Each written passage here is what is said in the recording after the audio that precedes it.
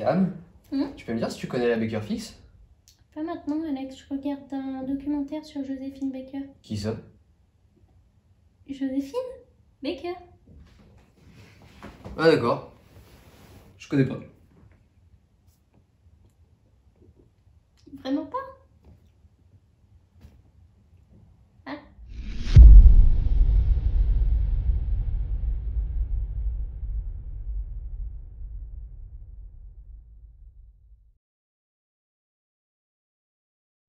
Salut les petits gars, comment allez-vous? Vous avez passé de bonnes fêtes? Bah, moi écoutez, ça va, hein. Aujourd'hui, on se retrouve pour une nouvelle émission qui va s'appeler La Petite Fabrique de l'Histoire. La Petite Fabrique de l'Histoire, c'est quoi? Dans cette nouvelle émission, on va parler de personnages historiques. Des personnages historiques oubliés ou alors préexistants, dont on a oublié certains aspects de leur vie. Et aujourd'hui, attention, roulement de tambour, on va parler de Joséphine Baker, célèbre pour sa chanson « J'ai deux amours ». Mais pas que.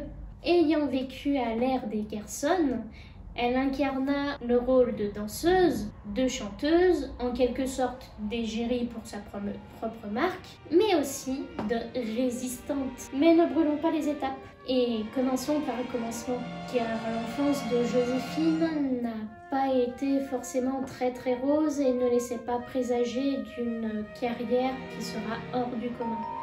Quoique, c'est ce qu'on va voir. On décode l'or des mers, là-bas sur le ciel clair, il existe une cité où séjour enchanté.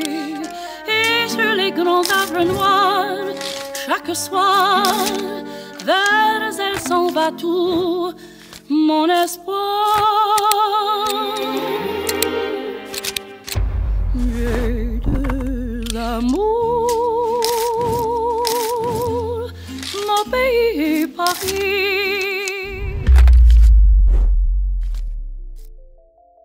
Bon, let's go. Pourquoi je dis ça? Bah, c'est parce que notre Joséphine est d'origine américaine. Elle est née dans le Missouri le 3 juin 1906 en pleine ségrégation.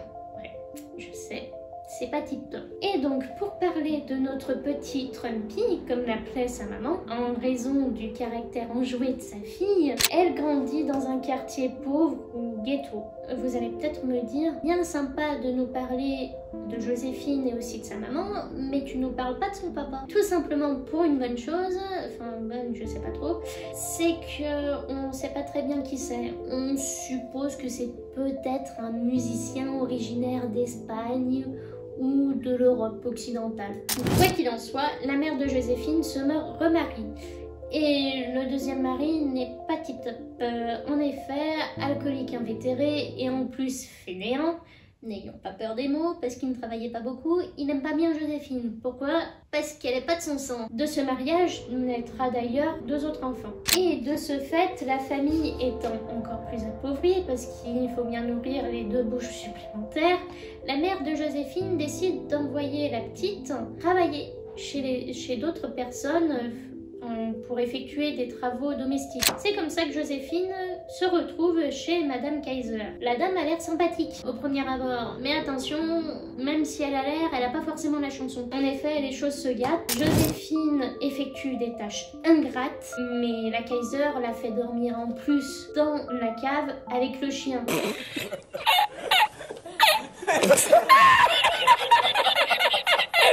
La nourrissant au pain et à l'eau. Sympa, hein? Mais ce n'est pas le pire. Attention, vous allez voir. Eh oui, notre Joséphine a fait une petite bourde comme casser une assiette un jour. Malheureusement, Madame Kaiser l'a vue. Et donc, elle attrape la main de Joséphine et la plonge littéralement dans une casserole d'eau bouillante.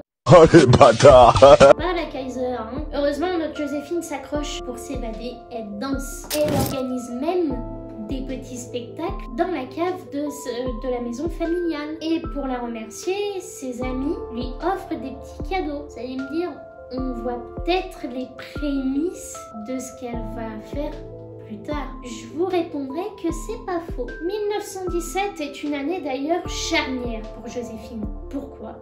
Parce qu'elle voit le massacre de son quartier. En effet, la ségrégation n'était pour elle que jusque-là un mot. Elle n'avait jamais rien vu, littéralement parlant. Dès lors, à la suite de cet événement tragique, elle n'aura qu'une idée en tête. Partir faire une nouvelle vie.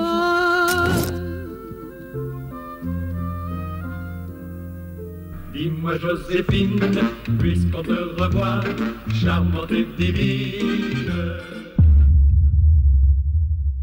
Donc, la prise de pouvoir sur son destin va débuter non loin de chez elle, plus exactement au Booker Washington Theatre. Joséphine, dans son aplomb légendaire, va aller voir le directeur de la salle de spectacle. Ce dernier, non seulement ému par la condition de Joséphine, mais impressionné par le charisme qui se dégage de sa personne, va lui accorder une place dans son show. Pourtant, ça ne lui suffit pas. Et quelques temps plus tard, elle va partir à Philadelphie, d'où elle rencontrera Willie Baker, dont elle va garder le nom toute sa vie et qu'elle va même épouser. Mais le mariage ne dure pas longtemps parce que Joséphine ne se voit certainement pas comme une jeune femme au foyer et rêve plutôt d'un rôle au premier plan. Elle va donc décider de partir pour New York. Et lorsqu'elle arrive dans la Big Apple, elle repère la revue Shuffle Along, qui est déjà bien connue, c'est l'équivalent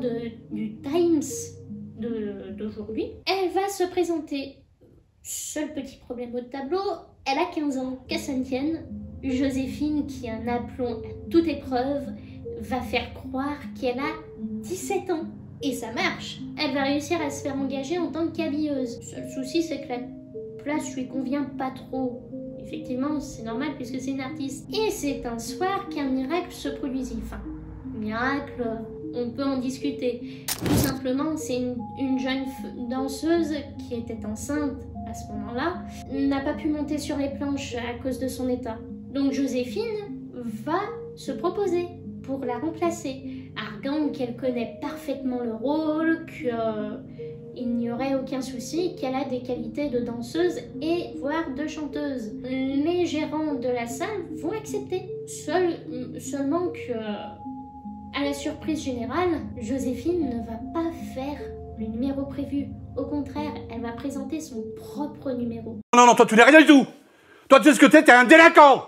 Regarde-moi quand je te parle. Non. Tu es un délinquant. Sans gesticulant, louchant d'une manière que elle seule a. C'est un succès. Dans le même temps, elle se fait repérer et réussit à se faire engager dans un autre cabaret qui s'appelle La Plantation. Je sais, pas très sexy le nom. Et c'est lors d'une de ses représentations dans ce cabaret qu'elle va se faire repérer par une Française, Caroline Dudley. Alors non, je vous rassure, c'est pas Dudley dans Harry Potter, hein, on est dans autre chose. Donc Madame Dudley va lui proposer une place dans une revue qui s'appelle la revue. Alors, je préfère vous expliquer. Pour les historiens, à cette époque-là, ce mot n'avait rien de discriminatoire. Au contraire, c'était pour présenter, pour promouvoir l'art africain. Le 15 septembre 1925, Joséphine va donc s'embarquer à bord du paquebot le Bernard Garret. Super, le Bernegaria. Voilà. Elle va arriver en France et c'est au Théâtre des Champs-Élysées, avenue Montaigne, qu'elle va faire ses débuts. C'est d'ailleurs là qu'elle va avoir l'idée de faire son numéro avec une ceinture de banane pour dénoncer des stéréotypes. Et oui, c'est qu'elle avait de la suite dans les idées, notre Joséphine. Hein. C'est d'ailleurs bien vu ce concept de dénoncer tout en divertissant.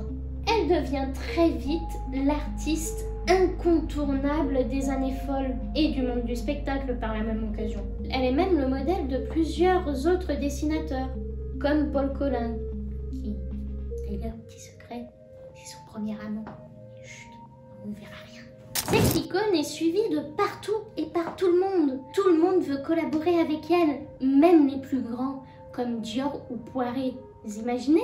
C'est juste incroyable. D'autant plus que Joséphine va s'imposer dans le monde du spectacle et des danses avec le Charleston, vous connaissez cette danse qui vient des États-Unis. Mais par contre, me demandez pas une démo parce que, bon, j'ai pas envie de me bloquer encore une fois. Bref, du coup, en 1926, elle va rencontrer Pepito.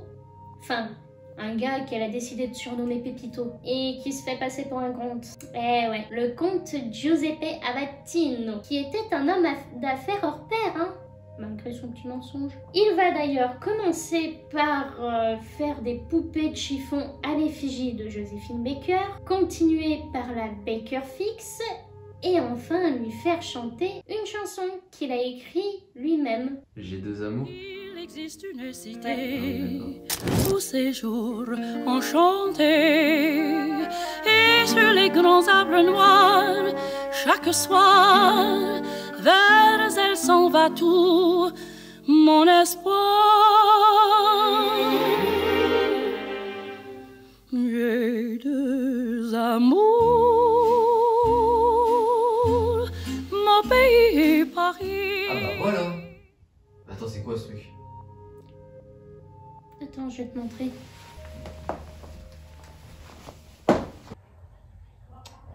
Et voilà.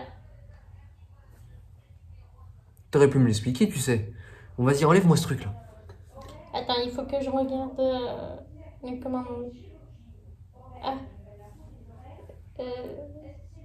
Quoi? Alors, me tue pas, mais ils disent pas comment enlever le truc. Bon, bah du coup, je vous propose de poursuivre sur le chapitre, hein. Le prochain chapitre de Joséphine.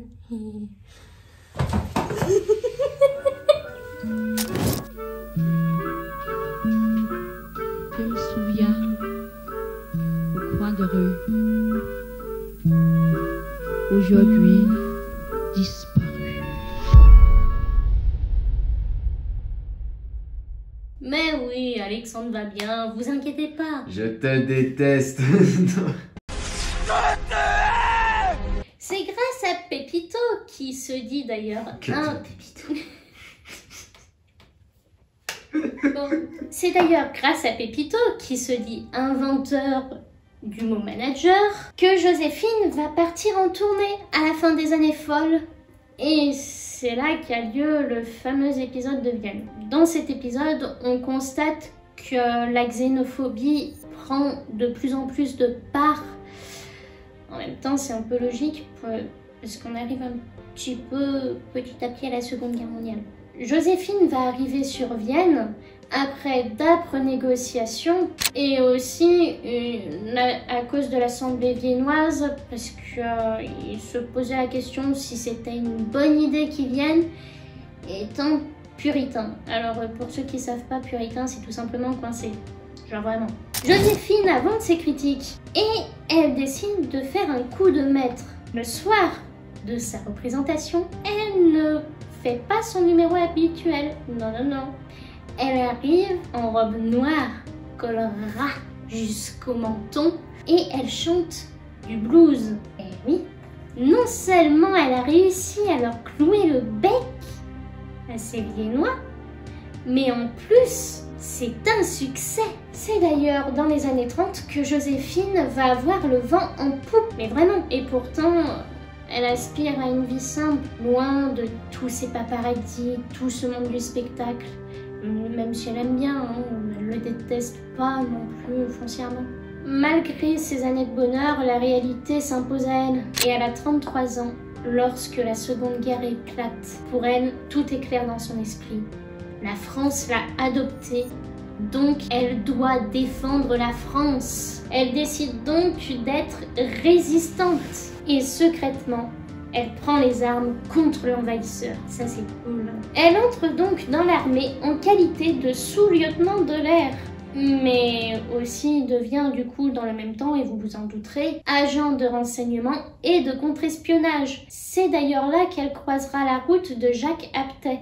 Lui aussi, agent de contre-espionnage qui au début n'était pas trop pour que Joséphine rentre dans la résistance parce qu'il avait un mauvais souvenir de Matahari. Pourtant, ils se rendent bien compte que Joséphine représente un atout inestimable étant donné qu'elle a ses entrées dans le monde du spectacle et donc dans les hautes sphères de la société, et peut rapporter moult renseignements. Elle va dans le même temps intégrer des infirmières jouets de l'IPSA, ayant son brevet de pilote, et ça c'est quelque chose qu'on ne sait pas forcément de Joséphine, et que je tiens vraiment à souligner. Elle rapporte donc des jouets aux enfants militaires, mais ramène aussi des renseignements qui sont quand même capitaux. En juin 1940, alors que les armées arrivent dans Paris, elle prend la décision de stopper ces spectacles et refuse de divertir l'envahisseur. C'est qu'elle en a du cran, hein. C'est notamment durant cette période qu'elle loue une propriété en Dordogne qu'elle achètera plus tard et qui s'appelle le château des Milandes.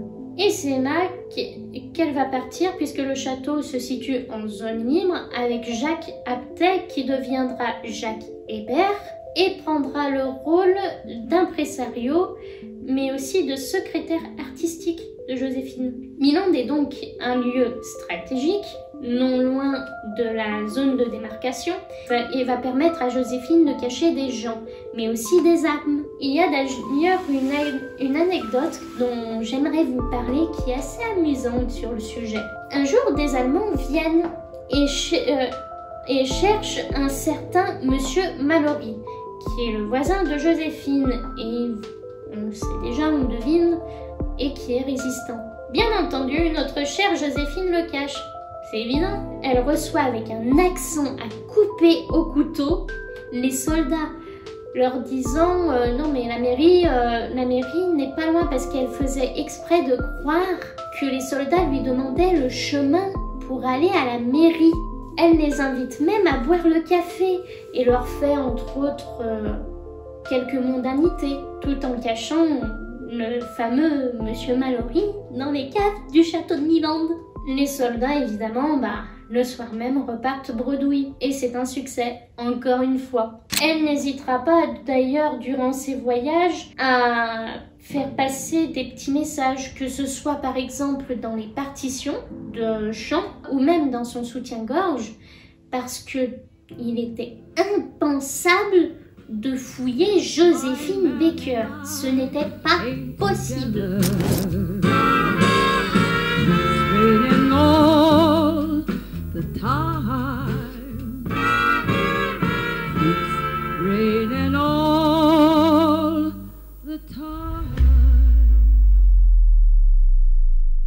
Joséphine était donc une femme déterminée, mais aussi généreuse, aidant sans compter, ne demandant rien en retour, sauf si la situation l'exigeait, ce qu'elle sera obligée de faire d'ailleurs lorsqu'elle perdra le château des Milandes, pour éviter ça.